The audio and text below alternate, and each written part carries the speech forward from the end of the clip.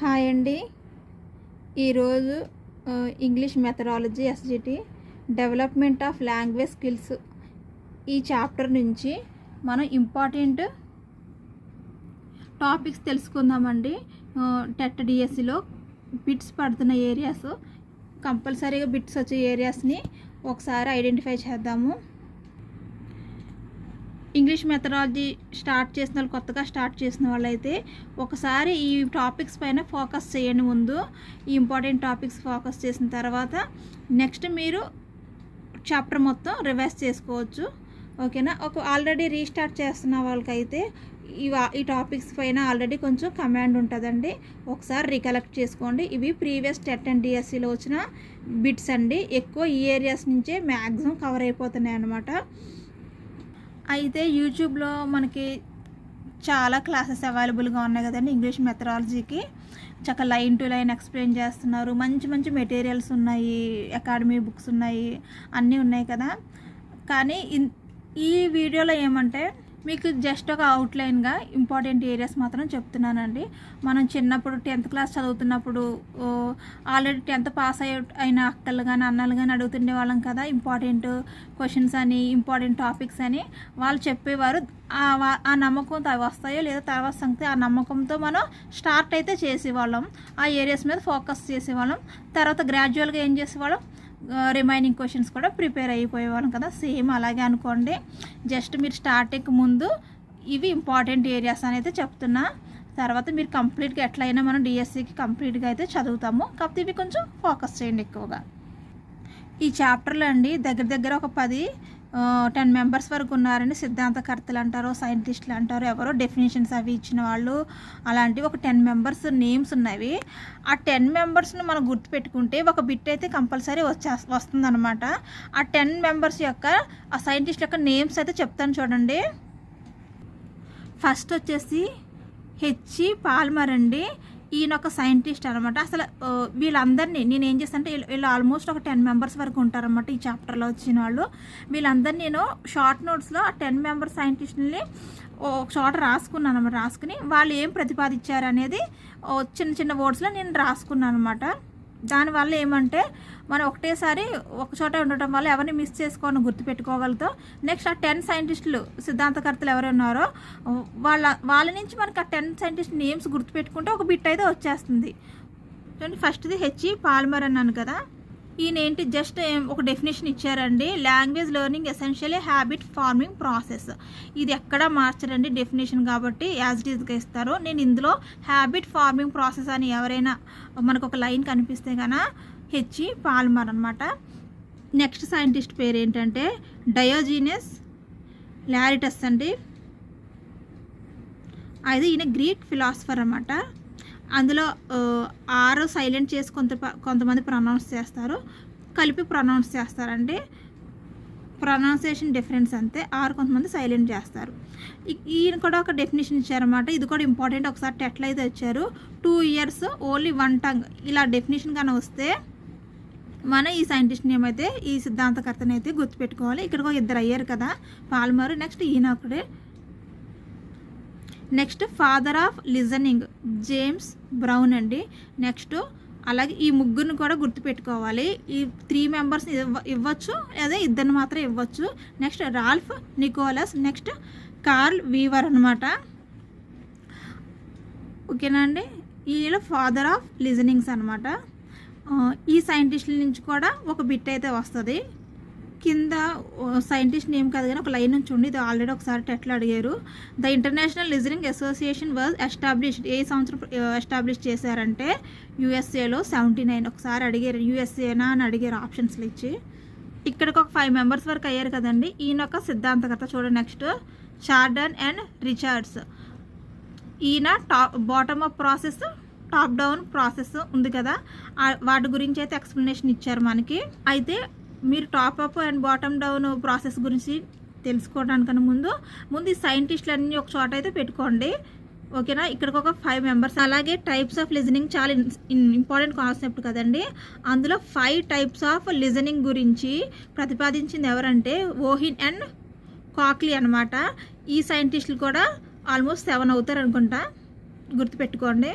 అలాగే డాఫ్ అండి, డిఓఎఫ్ఎఫ్, ఈ సైంటిస్ట్ ఫోకస్ లిజనింగ్ని ప్రతిపాదించారు. ఇక్కడ నుంచి Daff named it focus listening, comprehensive లిజనింగ్ని డాఫ్ అనే సైంటిస్టు ఏమని ఫోకస్ లిజనింగ్ అని రీనేమ్ చేశారనమాట. ఓకే అండి. అలాగే ఈ డాఫ్ అనే సైంటిస్టు థెరప్యూటిక్ లిజనింగ్ని క్యాజువల్ లిజనింగ్ అని రీనేమ్ చేశారనమాట. అలాగే ఇంకొక సైంటిస్ట్ అండి డాన్ ల్యాన్సీ అనే సైంటిస్టు మనకి ఒక డెఫినేషను చూడండి, ఇక్కడ చాలా ఇంపార్టెంట్ కదా, ఇది చాలాసార్లు వచ్చింది. If men are human because they can talk they are civilised. ఈ చిన్న లైన్ గుర్తుపెట్టుకుంటే చాలండి. Because they can talk. డాన్ ల్యాన్సీ అనమాట. ఒక బిట్ కంపల్సరీ అనమాట టెట్కి. ఈ సైంటిస్టులు ఇప్పటి వరకు వచ్చిన ఆల్మోస్ట్ 9 సైంటిస్టులు వచ్చారు కదా, వీళ్ళ నుంచి ఒక బిట్ అయితే కంపల్సరీ ఈ లెసన్ నుంచి వస్తుంది. నెక్స్ట్ గ్రే అండి. ఈ సైంటిస్ట్ ఏం ప్రతిపాదించారంటే మెథడ్ ఆఫ్ టీచింగ్ ఇంగ్లీష్ అనమాట. ఈ యొక్క సైంటిస్ట్ సింథటిక్ మెథడ్, అనలిటిక్ మెథడ్స్ని కూడా ప్రపోజ్ చేశారు. సో ఈయన ఒక సైంటిస్ట్ అనమాట. నెక్స్ట్ కొమెనియస్ అండి. Introduce look and say method అంటారు కదా, వర్డ్ మెథడ్కి ఇంకో నేమ్ ఏంటి, లుక్ అండ్ సే మెథడ్. ప్రతిపాదించింది ఎవరంటే కొమెనియస్. చాలా ఇంపార్టెంట్ ఫేమస్ బిట్ కదండి. సో ఈయన కూడా ఒక సైంటిస్ట్. వీళ్ళందరూ కూడా ఈ చాప్టర్లోనే ఉన్నారన్నమాట. ఎక్కువ సైంటిస్టులు నేమ్స్ని ప్రపోజ్ చేసిన చాప్టర్ అండి ఇది. ఆల్మోస్ట్ 10 వరకు అయితే కంపల్సరీ ఉన్నారు. ఈ 10 మెంబర్స్ గుర్తుపెట్టుకుంటే మనం ఎంత తెలుగు మీడియం అయినా ఇంగ్లీష్ మీడియం అయినా ఈజీగా బిట్ స్కోర్ చేయొచ్చు. అలాగే సెంటెన్స్ మెథడ్ ప్రతిపాదించింది ఎవరంటే it is preferred because it confirms gestalt అండి. సో ఈ సైంటిస్ట్ మనకి తెలిసిన ఆయనే కదా, గెస్పాల్ట్. ఓకేనా, గెస్టాల్ట్ అన్నారు, GSTALT, గెస్టాల్ట్. ఓకేనా, సెంటెన్స్ మెథడ్ అనమాట. అలాగే మెంజిల్ అనే scientist limitation of the phonetic method అనమాట. ఎవరు అంటే మనం మెంజిల్, ఈ సైంటిస్ట్ని అయితే గుర్తుపెట్టుకోవాలండి. అలాగే ఇక్కడ ఒక 4 సైంటిస్టులు ఉన్నారు చూడండి. ఈ బిట్ చాలాసార్లు అడిగారు. Phonetic method is logical and economical అని చెప్పింది ఎవరంటే హూయి అండి, HUEY. నెక్స్ట్ అలాగే ఇంకో ఇద్దరు కూడా ఉంటారండి, Burke, BURKE. Next Anderson, next Dearson. ఈ 4 సైంటిస్టుల నేమ్స్ గుర్తుపెట్టుకోవాలండి. ఈ బిట్ చాలాసార్లు రిపీట్ అయిన బిట్ ఇది. Phonetic method is logical and economical. DSCలు కూడా అడిగి ఉన్నారన్నమాట.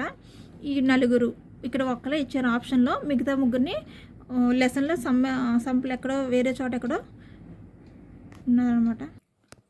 సో హార్డ్లీ 10 సైంటిస్ట్ నేమ్స్తో పాటు ఈ చాప్టర్లో qualities of good hand writing అని ఒక 7 పాయింట్స్ ఉన్నాయండి. ఇవి అకాడమీ టెక్స్ట్ బుక్లో 7 ఉంటాయి ఎగ్జాక్ట్గా. ఆ 7 అనమాట బై హార్ట్ చేయాల్సిందే. ఇవి మనకి తెలుగు మెథడ్స్లో కూడా మంచి చేతి రాతకి అని కొన్ని పాయింట్స్ ఉంటాయి. సేమ్ అలాగే ఇంగ్లీష్ మెథడాలజీలో కూడా ఉన్నాయండి.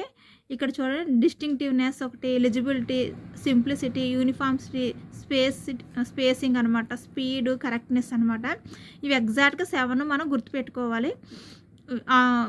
వీటి నుంచి ఇవి కాకుండా మనకి అదర్ ఆప్షన్స్ ఇచ్చినప్పుడు ఎలిమినేట్ చేసుకోవాలన్నమాట అవి. సో చాలా ఇంపార్టెంట్ అనమాట ఇవి. మనకి ప్రీవియస్ చాప్టర్లో ప్రాథమిక దశలో విద్యలో మనం నేర్చుకోవాల్సినవి ఉన్నాయి. Aims and objectives of learning in English in primary level అని ఉంది చూడండి. డిస్టింక్టివ్ ఫీచర్స్ ఆఫ్ లాంగ్వేజ్ అని ఒక 8 పాయింట్స్ మన ప్రీవియస్ చాప్టర్లో చూసుకున్నాం కదా. 8 ఉన్నాయి కదా.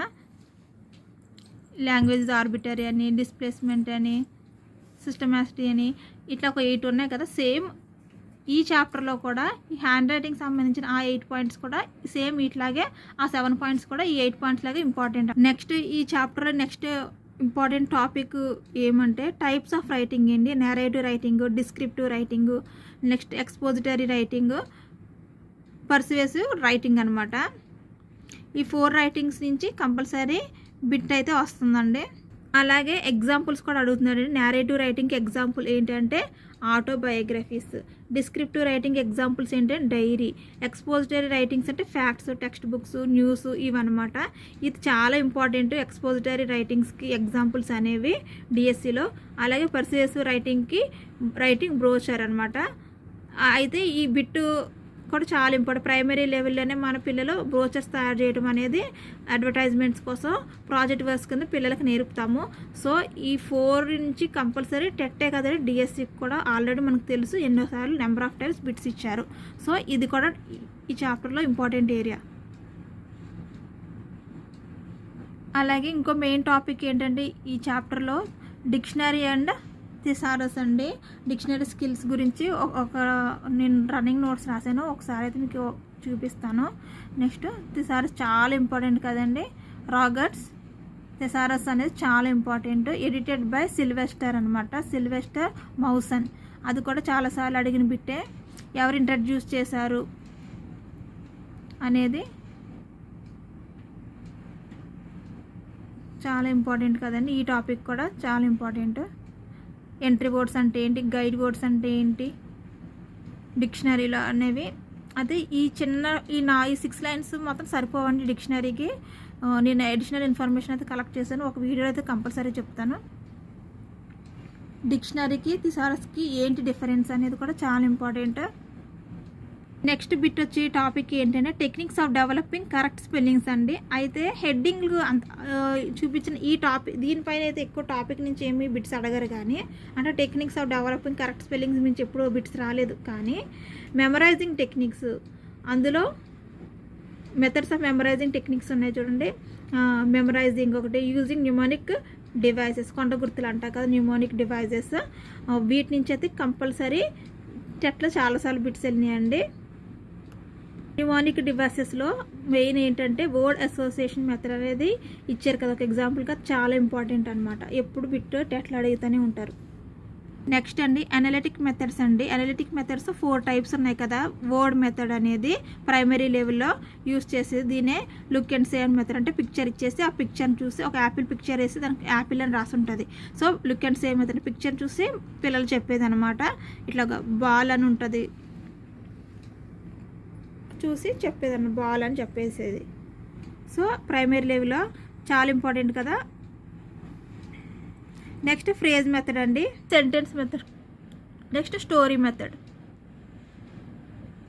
ఈ 4 మెథడ్స్ నుంచి మనకి ఈజీ టాపిక్స్ ఏనండి. ఒక బిట్ అయితే కంపల్సరీ చెట్లో వచ్చే ఛాన్స్ ఉంది.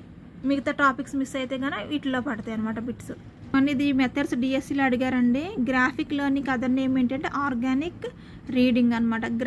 గ్రాఫిక్ అంటే పిక్చర్స్, మ్యాప్స్, వాటిని యూస్ చేసుకుంటూ చెప్పేదనమాట. మ్యాప్స్, గ్రాఫ్స్, ఫిగర్స్ అనమాట. This is called graphic reading or organic reading. మన డిఎస్సిలో మెథడ్స్లో వచ్చారండి bit. Synthetic methods of reading 3 ఉన్నాయి చూడండి. Alphabetic, phonetic method, next syllabic methods.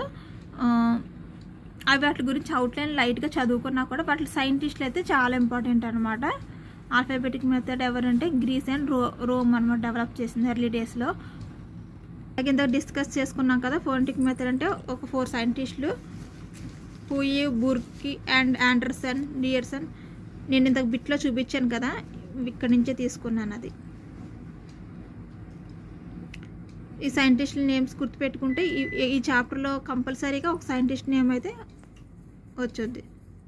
Syllabic method అనమాట. నెక్స్ట్ ఈ జస్ట్ అవుట్లైన్ చూసుకున్నా కూడా ఈ 4 మెథడ్స్ సైంటిస్టులే ఇంపార్టెంట్ అనమాట ఇక్కడ.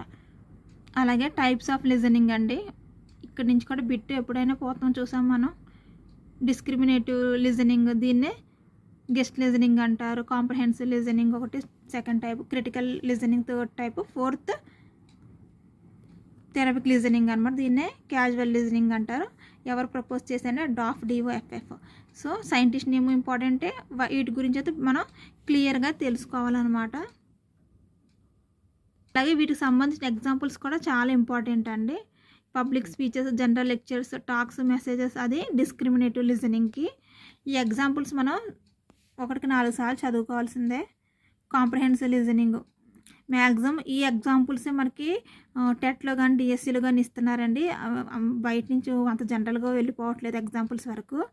చూడండి, కాంప్రహెన్సివ్ లిజనింగ్కి questions in interview, dialogues, lectures in the class, quiz programmes, rhymes, next business interactions, next official communication etcetera. ఇవే ఇస్తున్నారు ఎగ్జాంపుల్స్గా, మనం ఎక్కువ అంత ఆలోచించక్కర్లేదు.